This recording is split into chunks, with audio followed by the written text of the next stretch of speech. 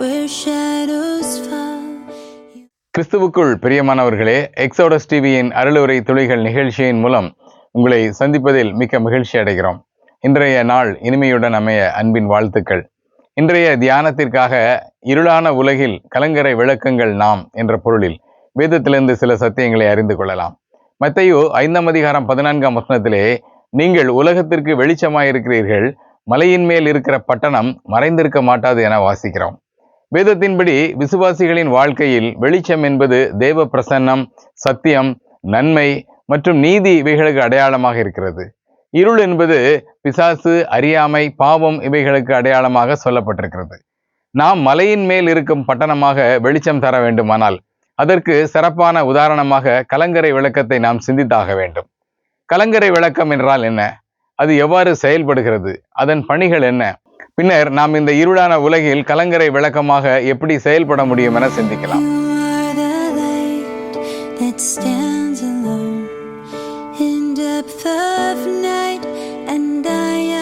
கலங்கரை விளக்கம் என்ற பெயர் பொருளானது கடலில் செல்லும் கப்பல்கள், படகுகள் இவைகளை கலங்கள் என்று அழைப்பதுண்டு. அந்த கலங்களுக்கு கரையை விளக்கி, அதாவது கரை எங்கு உள்ளது என்பதை தனது அமைப்பால், செயலால் விளக்கி காட்டும் ஒரு அருமையான உபகரணம் கலங்கரை விளக்கமாகும்.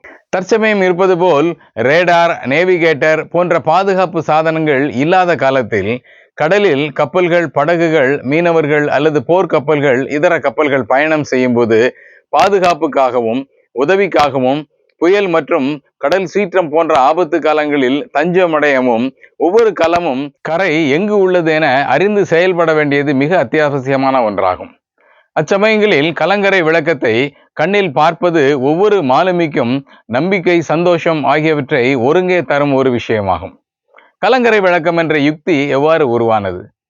பண்டைய காலங்களில் மீன்பிடி படகுகள் கடலுக்குள் மீன்பிடிக்க செல்லும் போது அவர்கள் பத்திரமாக திரும்புவதற்காக அந்த மீனவர்களின் குடும்பத்தினர் மற்றும் உறவினர்கள் கரையில் நெருப்பு மூட்டி விடிய விடிய காத்திருப்பார்கள்.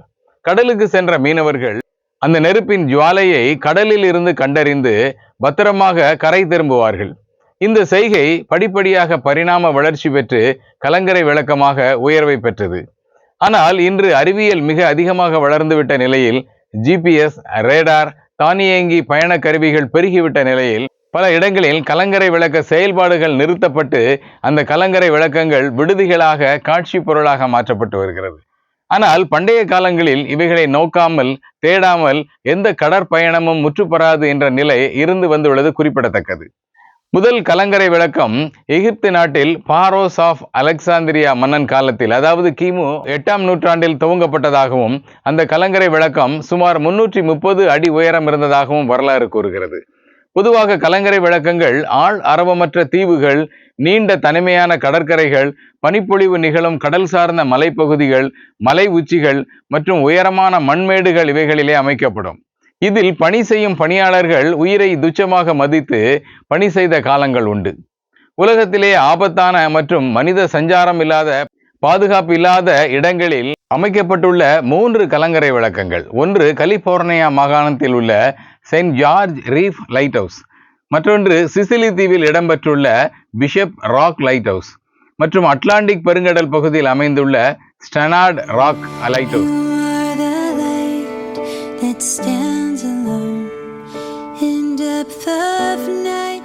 கலங்கரை விளக்கத்தை பொறுத்தவரையில் அது ஒளி வீசுகிறது. அந்த ஒளியை பார்த்து மாலுமிகள் கரையை கண்டடைவர் என மட்டுமே பொதுமக்களாகிய நாம் அறிந்த ஒன்று. ஒவ்வொரு கலங்கரை விளக்கத்திற்கும் 2 கேரக்டர் உண்டு. ஒன்று லைட் கேரக்டர், மற்றொன்று பிசிக்கல் கேரக்டர். இந்த கேரக்டர்கள் மூலமாகவே இந்த கலங்கரை விளக்கம் எந்த ஊரை சார்ந்த கலங்கரை விளக்கம் என கண்டறிய முடியும். இந்த கலங்கரை விளக்கத்தின் தலைப்பகுதியில் ஒரு சுழலும் விளக்கு அமைக்கப்பட்டிருக்கும்.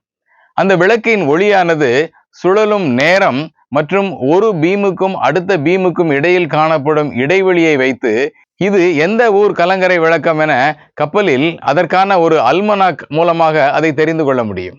உதாரணமாக தமிழ்நாட்டில் சென்னை, மகாபலிபுரம், பாண்டிச்சேரி, பாம்பன், கன்னியாகுமரி போன்ற கலங்கரை விளக்கங்கள் ஒவ்வொன்றும் தனித்தனியாக ஒவ்வொரு லைட் கேரக்டர் கொண்டவை என்பது இந்த கலங்கரை விளக்கத்தின் சிறப்பம்சமாகும். உலகத்திலேயே ஒரு கலங்கரை விளக்கத்தின் லைட் கேரக்டர் மற்றொரு கலங்கரை விளக்கத்திற்கு இருக்காது என்பது சிறப்பான ஒரு உண்மையாகும். அது மட்டுமின்றி இந்த கலங்கரை விளக்கம் இரவில் மட்டுமல்லாமல் பகலிலும் இது ஒளி வீசாமலே செயல்படுகிறது என்று சொன்னால் எத்தனை பேர் நம்புவீர்கள் என தெரியவில்லை. அதற்கு தான் பிசிக்கல் கேரக்டர் பயன்படுகிறது. அதாவது ஒவ்வொரு கலங்கரை விளக்கமும் ஒவ்வொரு வண்ணத்தில் இருப்பதை நீங்கள் கண்டிருக்க முடியும். உதாரணத்திற்கு சென்னை கலங்கரை விளக்கம் சிவப்பு வண்ணத்தில் வெள்ளை கோடுகளுடனும், பாண்டிச்சேரி கலங்கரை விளக்கம் கருப்பு வண்ணத்தில் வெள்ளை கோடுகளுடனும் அமைந்திருக்கும். இந்த வண்ண வேறுபாடுகள் பகல் நேரத்தில் இந்த கலங்கரை விளக்கமானது எந்த ஊரை சேர்ந்தது என அறிந்து கொள்ள உதவுகிறது.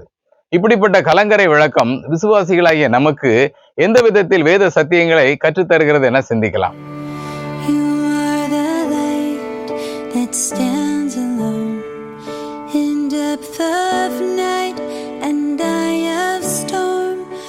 மேற்கண்ட எந்த கலங்கரை விளக்கங்களும் தானே ஒளியை தருவதில்லை.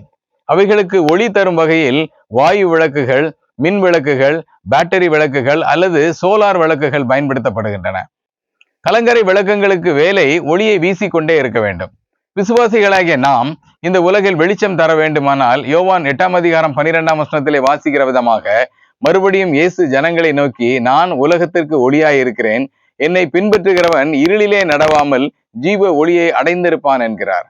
நாம் ஒளியாகிய கிறிஸ்துவை பின்பற்றுகிறவர்களாக இருக்க வேண்டும். ஒளியாகிய கிறிஸ்து நமது வாழ்க்கையில் இல்லாமல் நாம் இந்த இருளான உலகில் கலங்கரை விளக்கமாக செயல்பட முடியாது. மேலும் 1 தெசலோனிக்கேயர் 5:5 வாசிக்கிற வண்ணம், நீங்கள் எல்லாரும் வெளிச்சத்தின் பிள்ளைகளும் பகலின் பிள்ளைகளுமாய் இருக்கிறீர்கள். நாம் இரவுக்கும் இருளுக்கும் உள்ளானவர்கள் அல்லவே. நமது வாழ்க்கை வெளிச்சத்தின் வாழ்க்கையாகவும் நாம் பகலின் பிள்ளைகளாகவும் இருக்க வேண்டும் என தேவன் விரும்புகிறார்.